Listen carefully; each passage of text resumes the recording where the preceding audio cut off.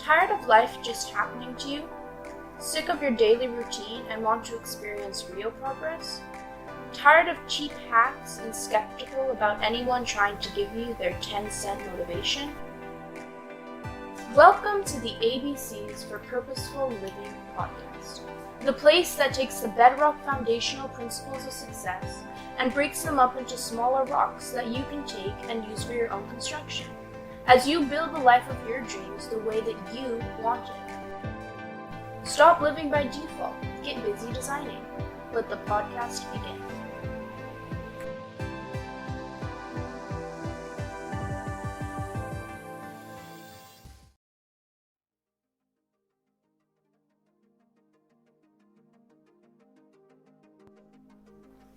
David Thurmer is an award-winning transformational life coach, leadership expert, and speaker. He's worked with over 100,000 people across 34 countries for the past 10 years, helping them to experience major change in their lives and to implement habits and rituals to ensure that the progress is lasting. Through his immersive seminars, live events, and coaching retreats, he makes you shake down your life, beliefs, and habits to their foundations in order to help you build a more intentional and powerful future. It's these foundations that he is bringing to you week by week in these podcasts, with the goal of helping you, wherever you may be, to get a hold of your life and turn it into something amazing. Welcome to the ABCs of Purposeful Living podcast.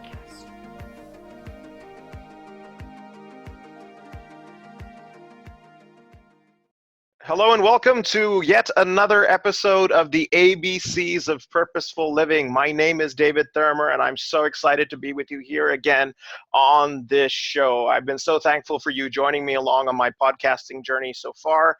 And I'm even more excited for today's episode because today is the first time on our podcast that we have a guest. Yes, ladies and gentlemen, we have a special guest with us, none other than my good friend Mel. So everyone, please join me as I say hello. Hey Mel, how you doing? I'm good, man. Thanks for having me on the show. Oh, well, thanks for being our first guest. It's just a pleasure. I've been listening to your show and it's amazing. Keep it up.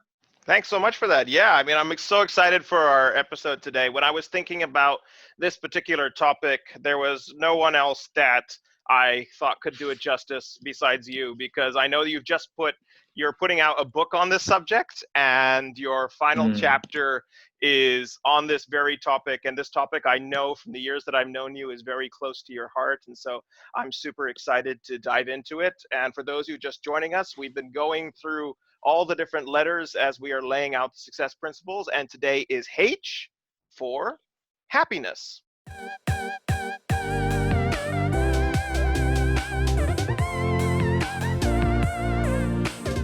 So before I turn it over to you, Mel, I just want to give my guests a bit of a feel for how, for you as a person, because I really want them to get to know you in a personal way. Because honestly, if you're just listening in, Mel is a really, really good person to get to know. And don't worry, you don't have to meet him personally. Just through listening to him for a little while, it's a very wonderful thing. And I'll tell you, I know that's true because I've never met him either. And that you'll find this funny. We've been connected for 4 years now, Mel? That's right. 4 years, and still we've not had a chance to meet. Not for lack of planning. Not yet. Yeah. If it wasn't for coronavirus, we'd probably be on our way to Mount Kilimanjaro right now, huh? Absolutely, man. Oh, man.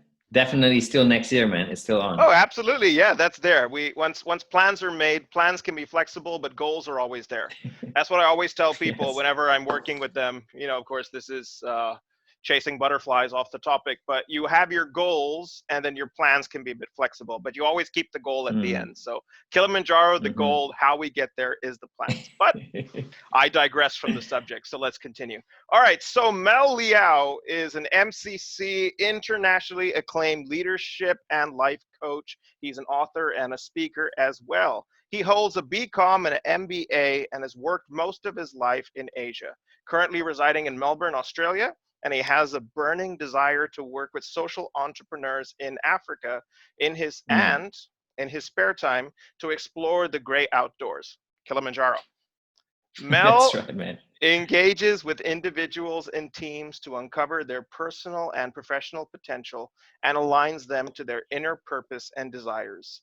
In short, he exists to empower the next generation of leaders and catalysts to live and be brave. Mel is the co-author of 3 best-selling books, Bringing Out Their Best, Coaching Wisdom Volume 2, and The Calling, and is the author of the upcoming book, Engage, How to Stop Living in Default and Start Living the Life You Desire. And it's that book that we are going to be discussing today.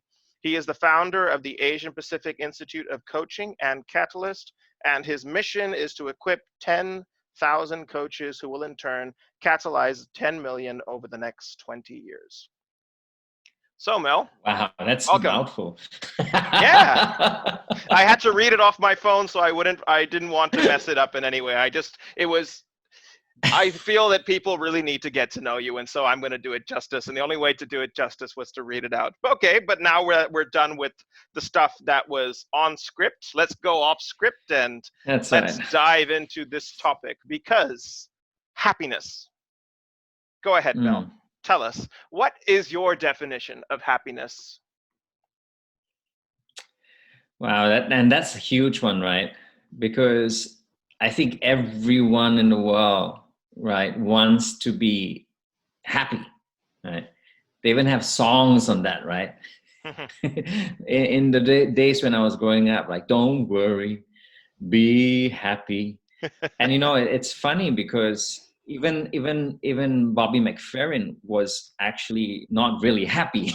We found out a lot later. And I think even a lot of these wonderful comedians that we grew up with, like for me, Jerry Lewis, and then you've got Jim, Jim Carrey. Jim Carrey, yes, personal That's favorite right. of mine. And a lot more, Steve Carroll and all that.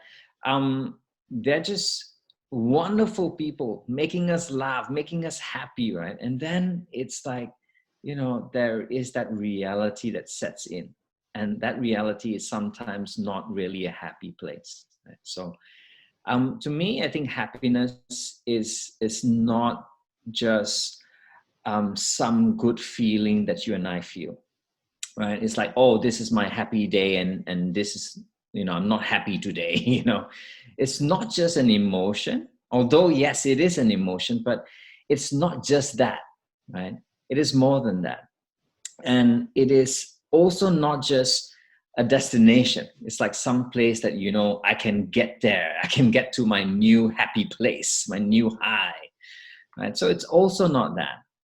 To me, I think it's a mix of things. And we can talk about it a lot more as we go along. But one of the things I want to leave right now is think about it like when you were a child. Like I remember when I was young, and the most smallest things actually made me happy. I should have brought my little car here. Those Matchbox cars, I used to collect them.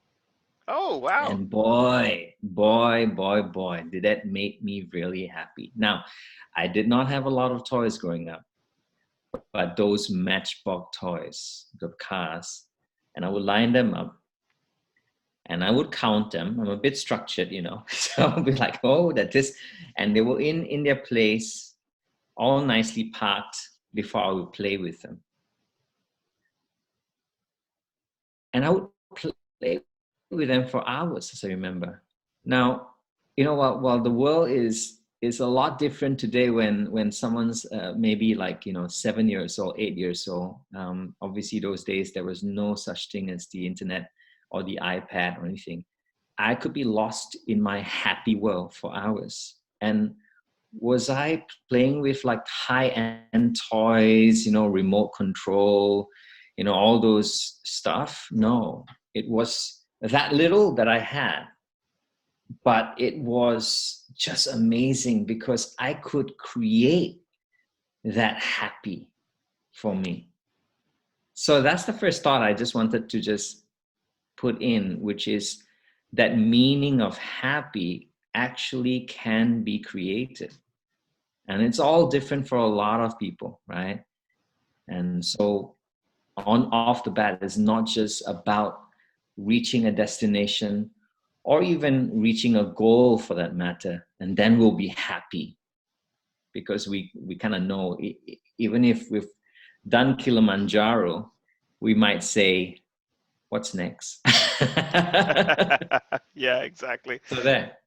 Anyway, so thanks for bringing that up, Mel. That was great. I just had a question to ask then, because you used a very pertinent example from your childhood. And I know that if most of us stop to think about our childhood, we will also have many happy memories in there. But I just wanted to, because you did mention the fact that it was, our life was a whole lot more simplistic when we were younger, especially those of us of our generation who grew up without the internet and grew up without Yeah. all those different things.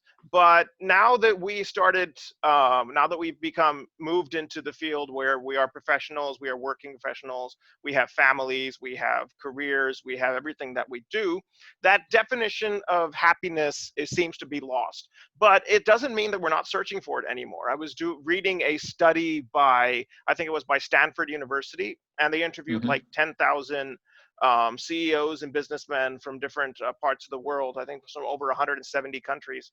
And they asked them what were the two things they wanted most in life, and happiness was at the top of that list. And so my question to you would be, because you mentioned childhood memories and the definition of happiness we had as a child, and that was something that we all can relate to. But now that we've grown up and now we moved on to other things, how do we get that same happiness now? Do we have to simplify our lives to go back to the way that we had things as kids? Or are there principles in that we can take and apply it to our life now? How do you see this, both in your own life and in the life of the people that you work with? That's a big question. Thank you so much. Well, we have a lot of time. Fire away. So we'll dissect that in a bit, right? So, and please re-ask me that parts if I didn't answer it correctly. Yeah, we live in a much more convoluted, distracted life, right? Before COVID, actually, because COVID actually brought us back to some sort of minimalization. But anyway, let's say we're back to that normal, right? And we're just going after the next thing, and that's how it is. I'll give you an example. I was coaching this executive, this high-end executive, and I asked him, why are you still in this job? So we start talking obviously about his passion, and obviously that's linked with how engaged he is with his job, and how, basically how happy he is, right? Because he was obviously complaining about this, complaining about that. And I said, what would make you happy? And he thought about it, and he's like, actually, the reason I'm still in my job because it pays really well, and I've been doing this kind of work in this industry for X number of years. So it's like turn clock. I could just do it easily. But then there's that next car I want to get, and next year it could just pay it off. So again, there is different standards, right? So when we've collected all those little toys from those Matchbox toys and cars, no pun intended, to the bigger ones and the sportier ones, and then that whole thing, as this new songs that the young people sing is like, next. What is next? Yes. It's about that. It's about that right now. So it's like, oh, if this person doesn't make me happy, right, relationship wise, no problem. Next. If this job doesn't make me happy, next. If this family doesn't make me happy, and it gets serious, right? Next. And we're seeing in today's age a whole heap of challenges with next. Hmm. And people going from that happy place to a newer level of happy. I'm just making that really simplistic in the context of happy, right? Because it could Hmm. be a lot of other things that why people are driven towards different things. But that's how it is. So we can like swipe it like with our phone, we can just say, I don't like this app anymore. I'm going to trash it next because another app's going to entertain me for a while. Hmm. And the more we do that, I know you know that neuroscience tells us it's just we are actually educating ourselves with our brain, right? Because we need the next high in our brain to keep us in that happy state, in that happy mode, right? So that is, to be frank, really dangerous because that is not attached to something a lot more meaningful. Now, that's the point that I would like to challenge people who are like us, adults now, and we've got everything going on in our life. Then the question is, when we scale things back, what is that meaningful thing? What's that meaningful relationship that you and I have? So that becomes the anchors. Those are the ones that actually become the place that we can land to find that meaning of happy. And I'm actually not complaining that COVID came, minus obviously all the bad stuff that we had to go through and people had to get sick and all that. I mean, all of that was horrendous. But in actual fact, that was like a reset. It's like a reset on what's meaningful and what's not meaningful, what's essential and what's not essential anymore. And basically, are the things that are essential and meaningful bringing you the greatest amount of happiness? And I think that's where we have to start asking ourselves. If not, then we're going to go out again, going after the next high and the next, if you know what I mean. Yeah, very true. So it sounds like that each person has to redefine what happiness means for them, because so often happiness gets Mm. confused with, like you said, with pleasure. Happiness gets confused with enjoyment. Happiness gets confused with like a temporary high. But what you're saying is to Yeah, attach a bit more meaning onto it. absolutely. So how would a person do that? How would a person find ways to attach a bit more meaning onto happiness, and how can they find that in today's world? So I've coined this term called meaning making machines. Ah, And we're all really the ones attaching meanings onto things, relationships, people, situations, when actual fact, it has no charge. So like, for example, a flower, okay, it's life. mm-hmm. Right? This is, I bought this plus this whole bunch here for my wife, right? So when you look at this, you would attach a meaning it to you this way. Now, if I show it to you this way, it's like,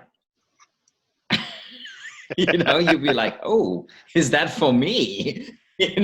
No, it's not. It's for my wife. I'm gonna put it back nicely. Thank you for And clarifying. so we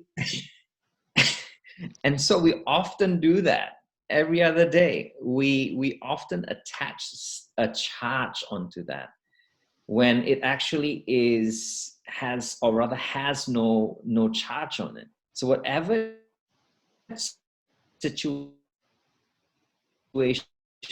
that you charge it in a way that I'm feeling and sensing right now with all the anxiety and all the stress or whatever, then this thing will become something obviously really detrimental.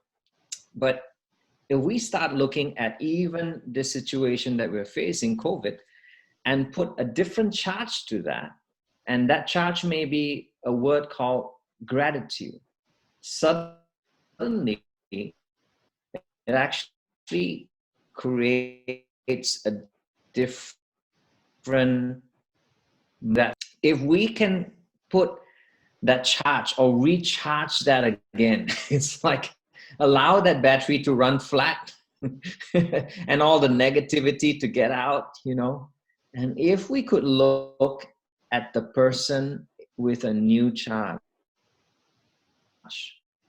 Mm-hmm. especially when I have a little bit of a tiff with the wife, and I could be upset for 1 hour. Sometimes it gets to my nerves. I would often go for a walk because that's the best way for me to clear my head, go Mm-hmm. for a walk, and I'll start rethinking. As when I step back, what charge do I want to put on when I see her face? Right? And I have a choice there. I can say, no, I want to remember what you exactly said about that situation of me, and you accused me and all that. And if I continued on that, obviously I will be not happy, right? I will come back the same as I left before the walk.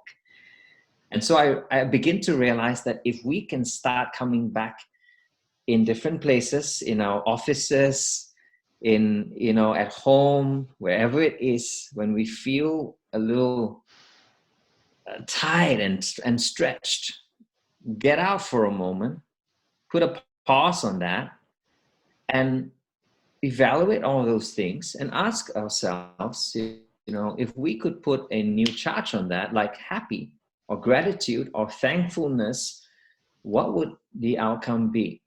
And straight away, our minds will start thinking about positive thoughts, and that obviously will equate to positive emotions, and hopefully comes out with positive language and action, right?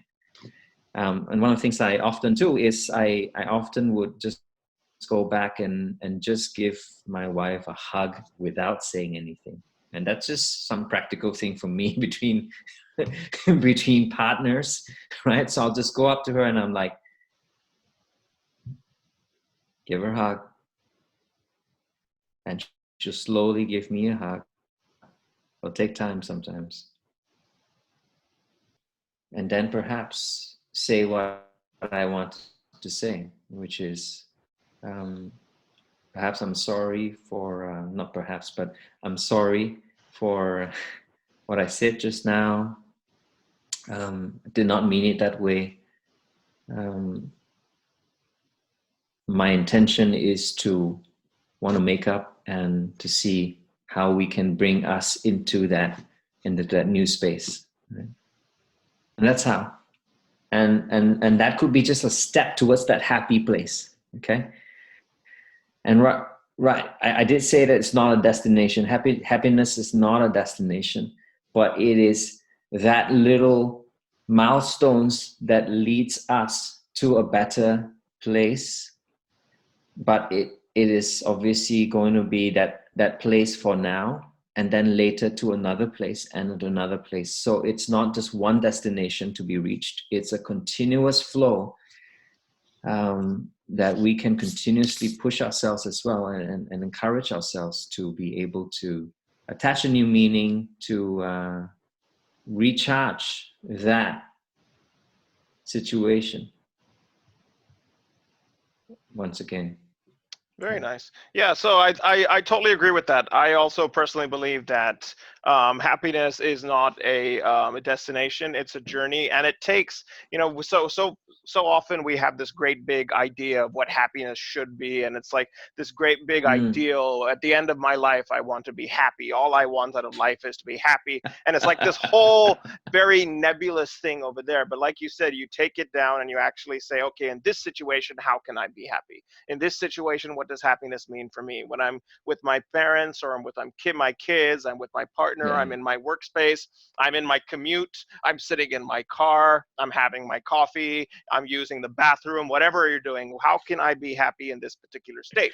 Because as you said, and as something I believe completely, is that happiness is a choice. And it's a choice, like you said, attach a new charge or attach a new meaning to every situation, to be able to actually become more self-aware of yourself and also the situation, to distance yourself from it and say, okay, in this situation, how do I react in a way that will, ensure the happiness of me and the happiness of others in this particular situation. And that Mm. then takes it from this big nebulous concept and breaks it down into the small little things that we're doing every single day. So what what are something practical that people can do today to try to um, and get that happiness from out there into here? Kind of attach charges, like you said, to the things and do it in the proper way. Um, one of the things that I've obviously done myself is to count my blessings. Hmm. I'm not all this positive in some days. I have my ups and downs, and yeah, I'll be complaining as well. I'll be talking to especially my spouse about the challenges that we're going through. La la la la la, and I can whine quite a bit. But when I realized, when I really realized that, what am I comparing it to? You see, I believe that comparison is the killer of all happiness. Hmm. Um, and I've got a story for that, Oh, David. please, we like stories, let us have it. you know, um, so I visited a relative of mine, and he is such an amazing entrepreneur. Hmm. All kudos to him and the success he's gotten. So we visited his house. He has a beautiful, beautiful house. With the lift coming to his doorstep and stuff like that, and it's just massive, right? And I'm really happy for him, really, really happy for him. Now, if I compare my situation, my little apartment in Malaysia, where I go back for my work there, Hmm. I'll be like, oh my gosh, I'll be the saddest person if I were to compare and say, look at my house. This is bad. Yeah. This is broken, and this is that, and this is. And then when I visited my friends, some of the friends that too, our catalyst friends in Africa, Hmm. when we went to their houses in Nigeria, it is the most humbling experience for me, because I'm checking myself and I'm like, and you are complaining, Mel? Hmm. And they are so thankful, and they are so happy, and they are so at peace with what they have, and they're serving me with what they've got. So I need this kind of things to kind of jog me sometimes, because I do compare even myself with the other coaches out there, with friends in my age group. It is normal and natural. So whoever's listening on this podcast, take it from David and I, it is natural. It is a natural thing to compare ourselves for the good. But if you compare yourself for the bad, and it's like me, if I whine and if I start complaining and I'm start saying I'm not, I don't have anything, that's when I think that whole happiness, even though whatever happiness that I've worked myself to have, will be gone, because it is compared to something that I've not attained. So that's the first thing. It's count your blessings. Like me, I count my blessings that I'm alive, I'm Hmm. healthy, my parents are still with me, although living in a different country away from me. I have a wonderful wife. I have 3 beautiful children. We can still live here in Melbourne and do our thing. so I began to understand that, hey, yes, I would like a new car, David. And that's what I've been trying to get for my wife and promise her that. I'll be frank with you. That's one of the things we wanted to do this year, actually. This year, I said, I'm going to get you a new car, darling. Oh, nice. And now I'm like, I don't know whether I can get you a new car this year, darling, because the situations affected businesses and obviously the businesses that we run as well. So I'm just happy. Suddenly I'm just happy. My wife's really happy with our car right now. And she's like, darling, I'm not even thinking about that car. We have a car. So count our blessings. Comparison's the killer of happiness. I think that's the first one. I'm looking through my notes as well. I've prepared a little bit.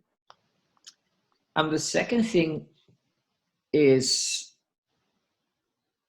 it's about asking yourself, what do you leave behind?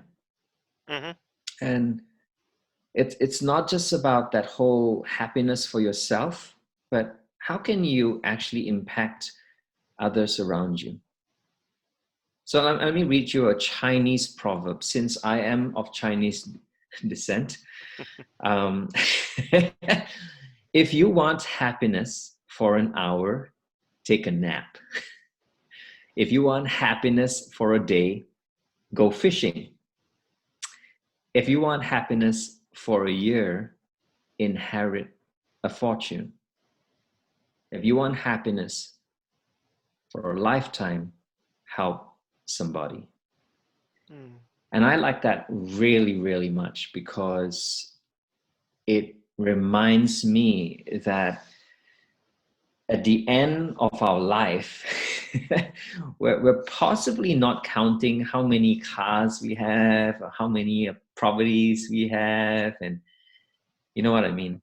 Yeah. We're probably looking around and saying, who is still around with me that came to visit me in the hospital? I'm just saying, okay? Not wishing for anyone on this call this way, but I'm just saying. And I would be just wanting to spend time with them. I would be wanting to have that last impact of that. I don't know, maybe I've got that last thing I want to say to my youngest son or my middle son or my eldest daughter or someone else, you know, who has come, and I'm just like, I just want to say this to you. And that to me is that level that we understand. If we start anchoring it to something bigger than ourselves, bigger than just our own happiness, then we begin to realize that, hey, we have a chance to impact others out there. And I love this proverb that says, you know, as we give, so we shall receive, right? Because I think that's so true. As we give happiness, so we shall receive again. And I remember a time, David, when I was in Nigeria visiting Bash, and Bash took me to one of his prisons. Bash is our friend, our common friend, who has a social enterprise that goes into prisons and helps them with libraries and giving mentoring and all that. And I was there for the very first time. I haven't been to prison many times, but that was the longest time I've been in prison. Probably for a good thing, Mel. Sorry, continue. But really, I was there for a couple of hours, right? That's the longest time I've been in prison. And oh my gosh, that really, really changed me, because I thought I was bringing in value, right? Because we brought in fried chicken, we brought in this wonderful big rice buckets, you know, and we were wanting to feed them as well, and talk with them and share with them, you know. But I left more full than I came. I was, if I had a cup, if I had a cup this big, it would have been overflowing. it was like that made my year. You know, it's like I can't express that.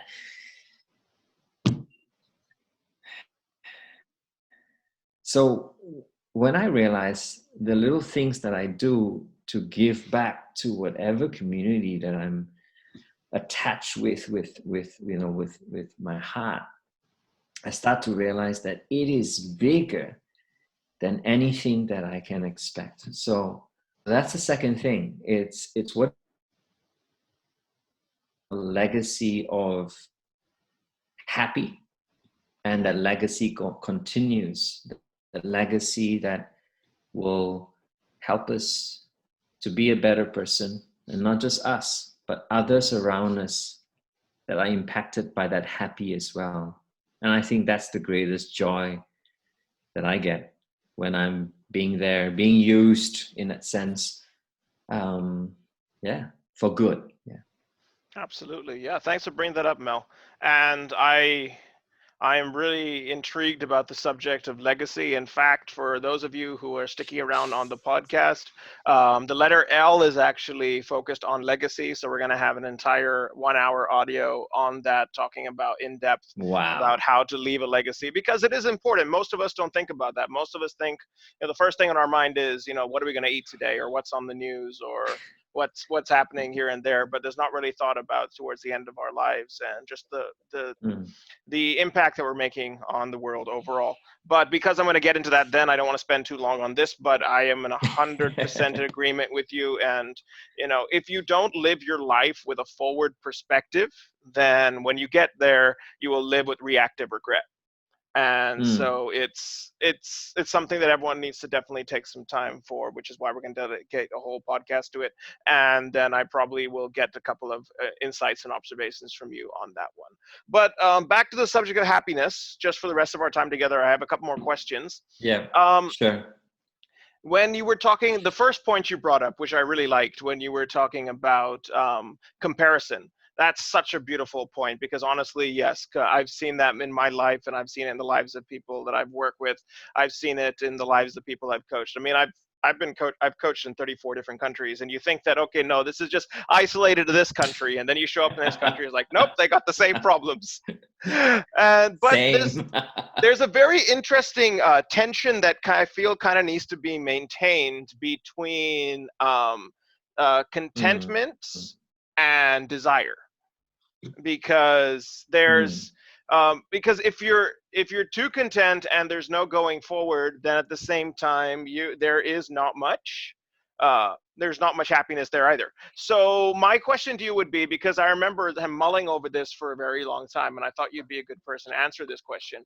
I remember when I was younger, I always wanted what other people had, and like you, I was looking at other people in my age range and people who were successful in different Yeah. things. And I remember my dad told me the old Aesop's fable story about the king who was never content. And so he went and sent out his ministers to go find the happiest man in the kingdom, because his Yeah. wizard had told him that you have to wear the shirt of the happiest man in the kingdom for a whole day, and then you will be happy.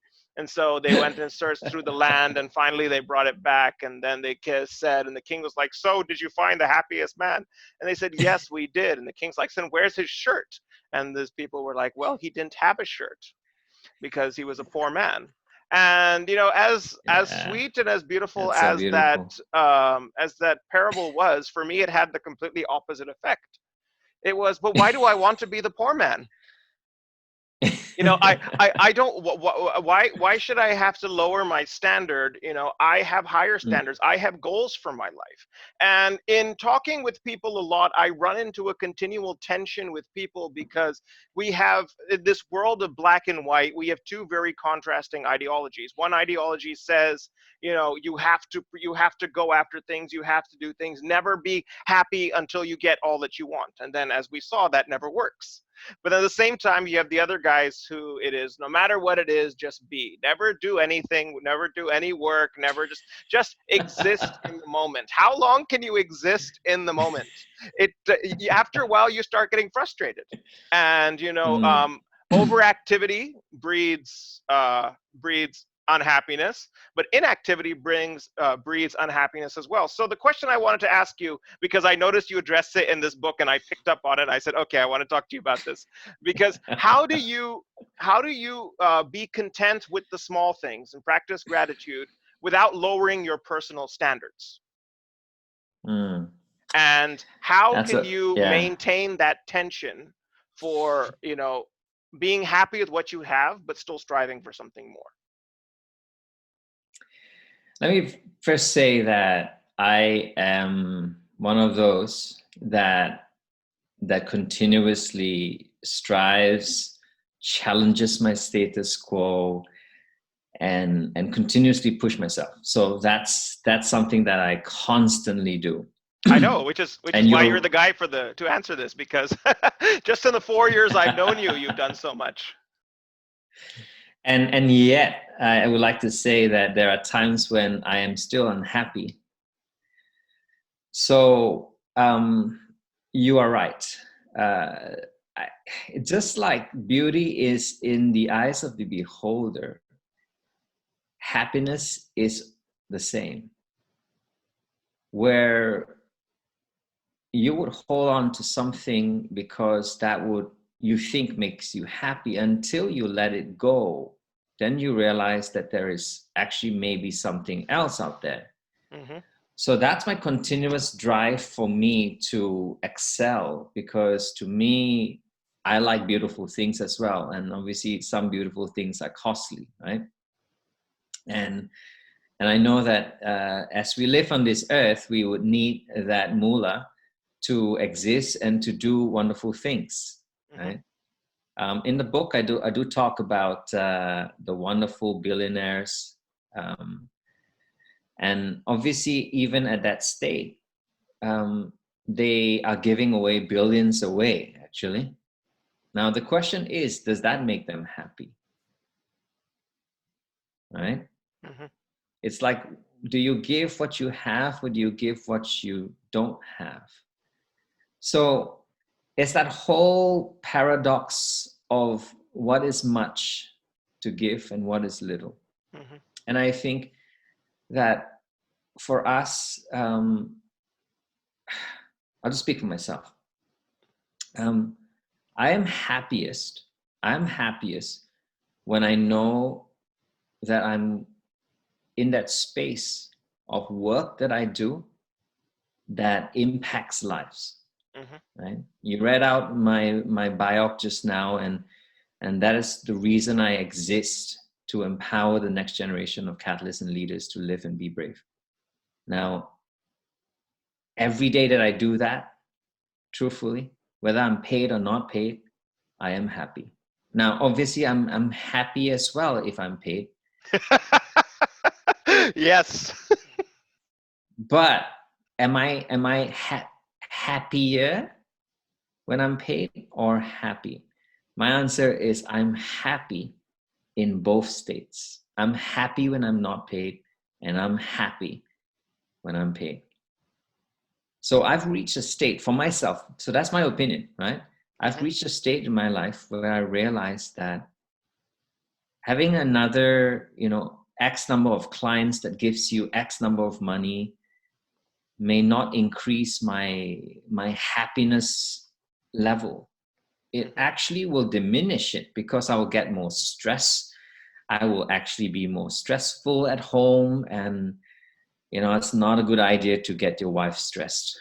So Yes. I've learned my lesson. In COVID. We live together in that one house. We've got the 5 of us in each other's space. But you know what? Through this difficult time, I've realized that we are happier now than we were ever before. It's so strange. I just cannot understand that, but it's so true.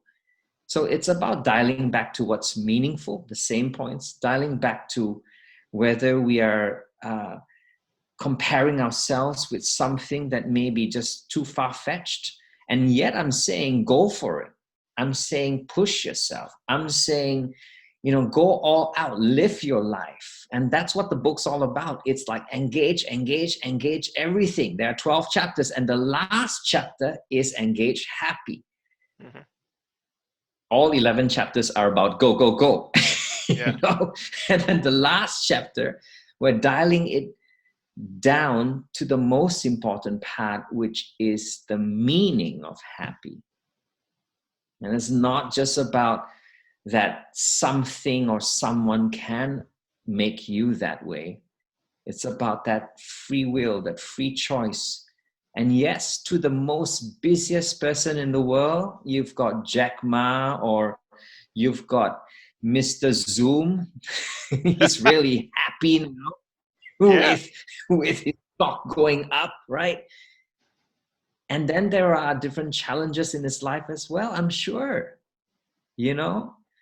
So there will always be that. And the question is, do you dial back on your drive towards your goal? No. Go for it.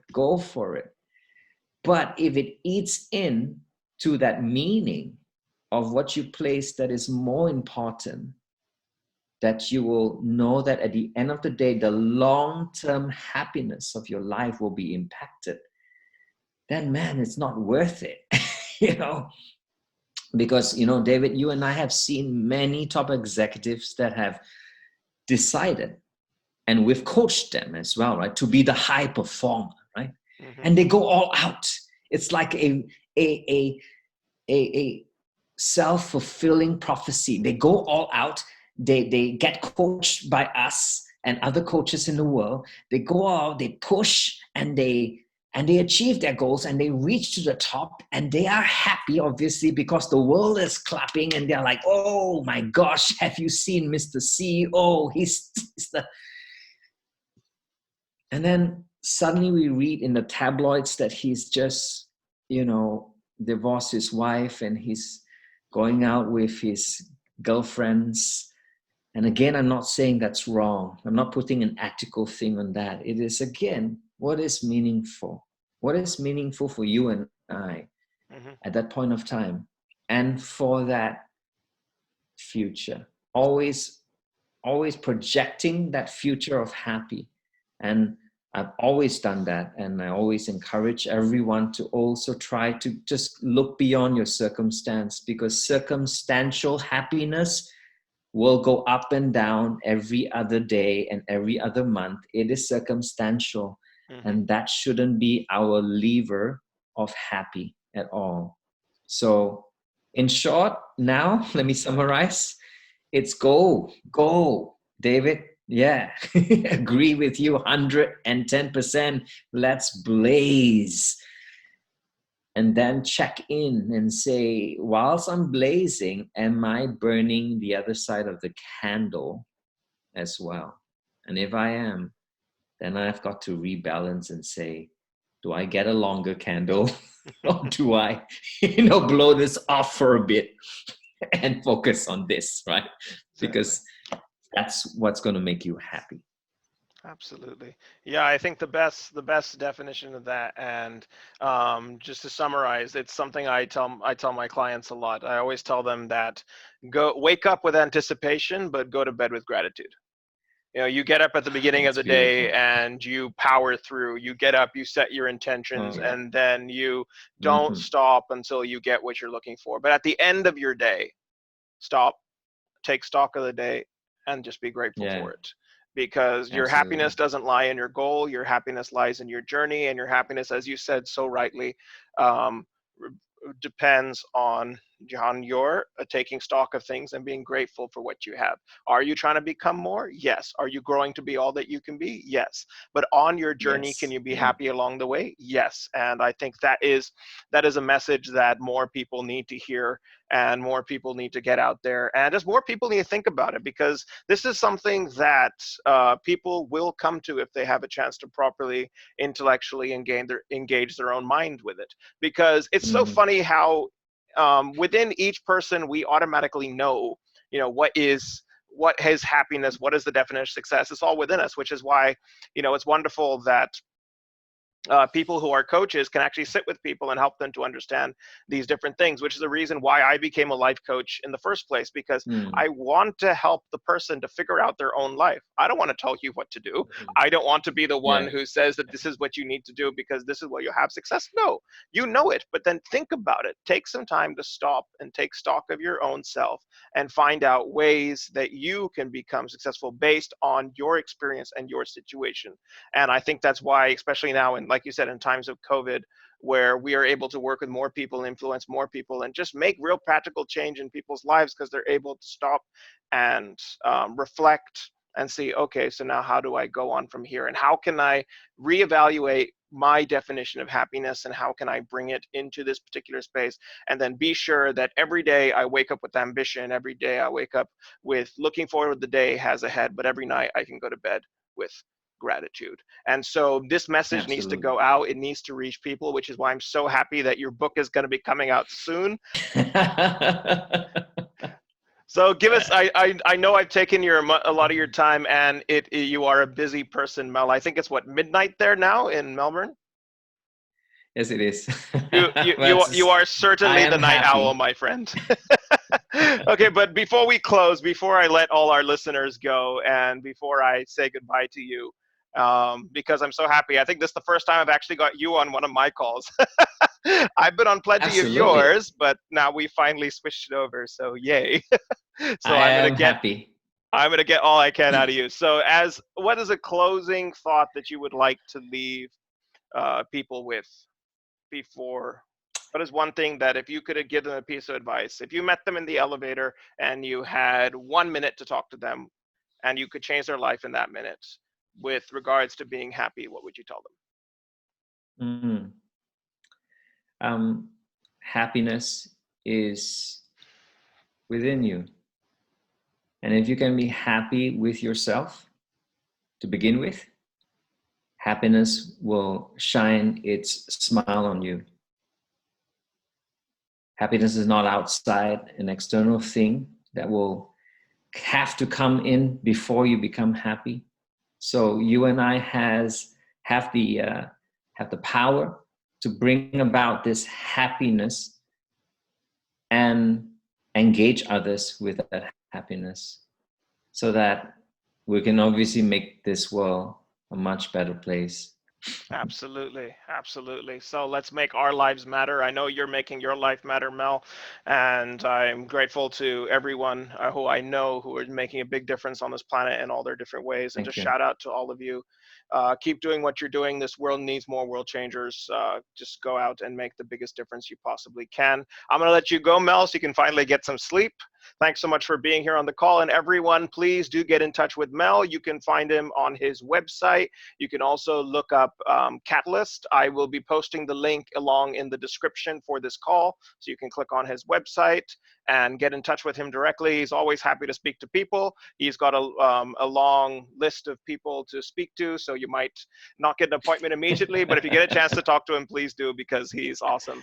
And looking forward to getting your book out, Mel. Hopefully we'll have you on the call again in the near future. But until then, thanks so much for telling us about your meaning of happiness, and I look forward to seeing you again very soon. And next year, it's my pleasure. Kilimanjaro. Woohoo! We're going up. We're going up. Always up. Life's always about going up. Thanks so much, Mel. You have a wonderful evening. And to all my listeners over here, thank you for joining us, whatever time of day it is, wherever in the world you are. We hope you had a wonderful time with us, and we look forward to seeing you again soon here on the ABCs of Purposeful Living. Join us next week as we cover the next foundational principle for your success. Until then, take care and God bless.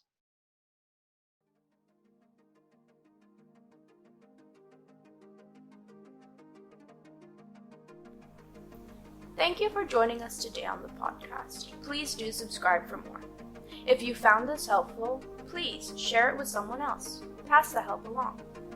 David is always eager to hear from you and would love to work with you in a more hands-on way. For more information, please visit our website at www.davidthirimer.com. That's www.davidthirimer.com.